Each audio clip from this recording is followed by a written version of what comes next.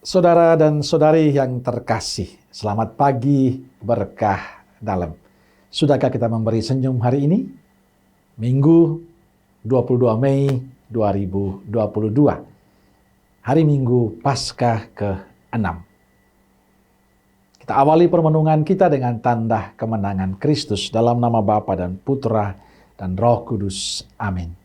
Permenungan kita diambil dari Injil Yohanes bab 14 ayat 23 sampai 29. Jawab Yesus, "Jika seorang mengasihi aku, ia akan menuruti firman-Ku, dan Bapa-Ku akan mengasihi dia.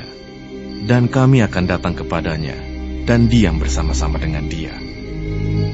Barang siapa tidak mengasihi aku, ia tidak menuruti firman-Ku.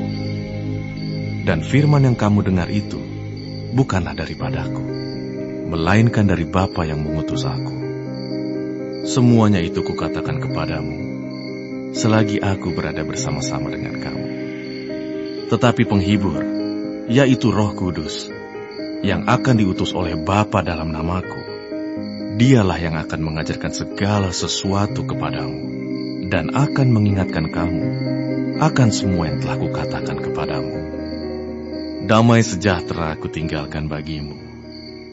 Damai sejahtera aku kuberikan kepadamu. Dan apa yang kuberikan, tidak seperti yang diberikan oleh dunia kepadamu. Janganlah gelisah dan gentar hatimu. Kamu telah mendengar bahwa aku telah berkata kepadamu, aku pergi, tetapi aku datang kembali kepadamu. Sekiranya kamu mengasihi aku, kamu tentu akan bersuka cita karena aku pergi kepada Bapa-Ku. Sebab Bapa lebih besar daripada aku. Dan sekarang juga aku mengatakannya kepadamu sebelum hal itu terjadi, supaya kamu percaya apabila hal itu terjadi." Saudaraku terkasih, COVID semakin meredah. Tapi itu bukan berarti kita tidak perlu hati-hati. Tetap membangun kewaspadaan. Tetap mentaati prokes dalam kehidupan kita. Tapi juga ada problem lain yang juga kita temukan dalam kehidupan bermasyarakat kita. Baik juga dalam keluarga kita, komunitas, atau hidup bersama dengan sesama yang lain. Muncul banyak pertikaian, banyak tindakan kekerasan yang membuat hati kita sedih, pedih. Semua itu mengusik ketentraman. Kita merasa tidak nyaman. Banyak keluarga yang akhirnya pisah dan saling menyimpan dendam dan luka dalam hidupnya. Dalam situasi kecemasan, kegelisahan, ketakutan, bahkan keputusasaan yang dirasakan banyak orang, kita mendengar sabda Tuhan hari ini yang berkata, "Damai sejahtera kutinggalkan bagimu, damai sejahtera kuberikan bagimu." Tapi bagaimana kita bisa merasakan kebenaran sabda Tuhan ini di tengah situasi yang sama sekali tidak damai? Bagaimana dalam keluarga yang sedang bertengkar dan ribut, orang bisa memahami sabda Yesus ini? Yesus memang mengatakan bahwa damai yang diberikannya kepada kita tidak seperti yang diberikan dunia. Damai yang diberikannya bukan hanya berarti tidak ada kericuan, tidak ada kekerasan, tidak ada perang atau bencana, tidak ada salah paham. Tapi damai yang dijanjikan Yesus adalah jauh lebih dalam daripada itu. Damai itu adalah persatuan dengan Allah Bapa. Seperti Yesus menyatu dengan Bapa dan ada jaminan bahwa orang akan menyatu dengan Allah selamanya. Maka kesejahteraan yang diberikan Yesus adalah kesejahteraan hidup batin atau hidup rohani terdalam kita. Damai yang diberikan Yesus adalah menyangkut ketenangan hati sebagai karunia Allah. Karena orang merasa hidupnya tenang, bahagia, damai. Orang yang mengalami relasi yang baik, relasi yang intim dengan Tuhan, yang sungguh-sungguh legowo hidupnya, pasrah kepada Tuhan. Walaupun dalam situasi yang mencekamkan, situasi yang mencemaskan, menakutkan, tapi hati tetap tentram dan damai.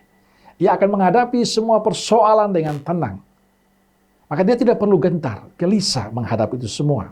Karena dia meyakini damai Allah akan bersama dengan dia. Dan inilah keyakinan yang perlu dibangun oleh kita. Maka damai bukan hanya sekedar saya melewati semua persoalan, tidak. Tapi damai yang dimaksudkan adalah bagaimana kita mengalami hidup yang sungguh-sungguh luar biasa. Kita yakin dalam semua ketakutan, kecemasan kita, dalam semua persoalan kita, Allah selalu bersama dengan kita. Allah selalu menemani, mendampingi, dan memberkati kita. Lalu bagaimana kita bisa mendapatkan damai itu? Tentu kita ingin semua mengalami damai itu. Menurut saya, dekat dengan Allah dan mempasrahkan hidup seutuhnya pada Allah, itu caranya. Dan ini yang belum dilakukan oleh kita dengan baik. Kita masih punya kepentingan pada saat kita dekat dengan Tuhan. Kita memang merindukan damai itu, tapi hati kita dan pikiran kita masih terbagi. Maka yang diharapkan Yesus adalah kita sungguh-sungguh menyatu dengan Allah dalam doa, dalam permenungan kita, dalam ekaristi kita. Dan itulah cara yang bisa kita lakukan. Maka ekaristi, doa-doa kita bukan menuntut Tuhan harus melakukan apa yang kita konsepkan, yang kita rencanakan. Tapi melakukan sesuatu dan mempasrahkan diri kepada Tuhan. Biarkanlah apa yang dikehendaki Tuhan terjadi pada hidup kita. Dan itulah yang membuat kita akan damai. Bila kita masih memiliki konsep, memiliki keterpecahan pikiran kita, maka apapun persoalan kita, apapun tantangan kita, tidak pernah akan menemukan damai. Maka saya ingin mengajak saudaraku terkasih, pasrah kepada Tuhan, berserah diri kepada Tuhan, dan percaya Tuhan akan senantiasa memberikan damai itu. Tuhan akan berpihak dengan kita.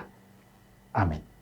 Semoga Allah yang Maha Kasih memberkati saudaraku sekalian, Bapa, Putra, dan Roh Kudus. Amin. Keluarga Kudus Nazaret, doakanlah kami. Amin. Berkah dalam.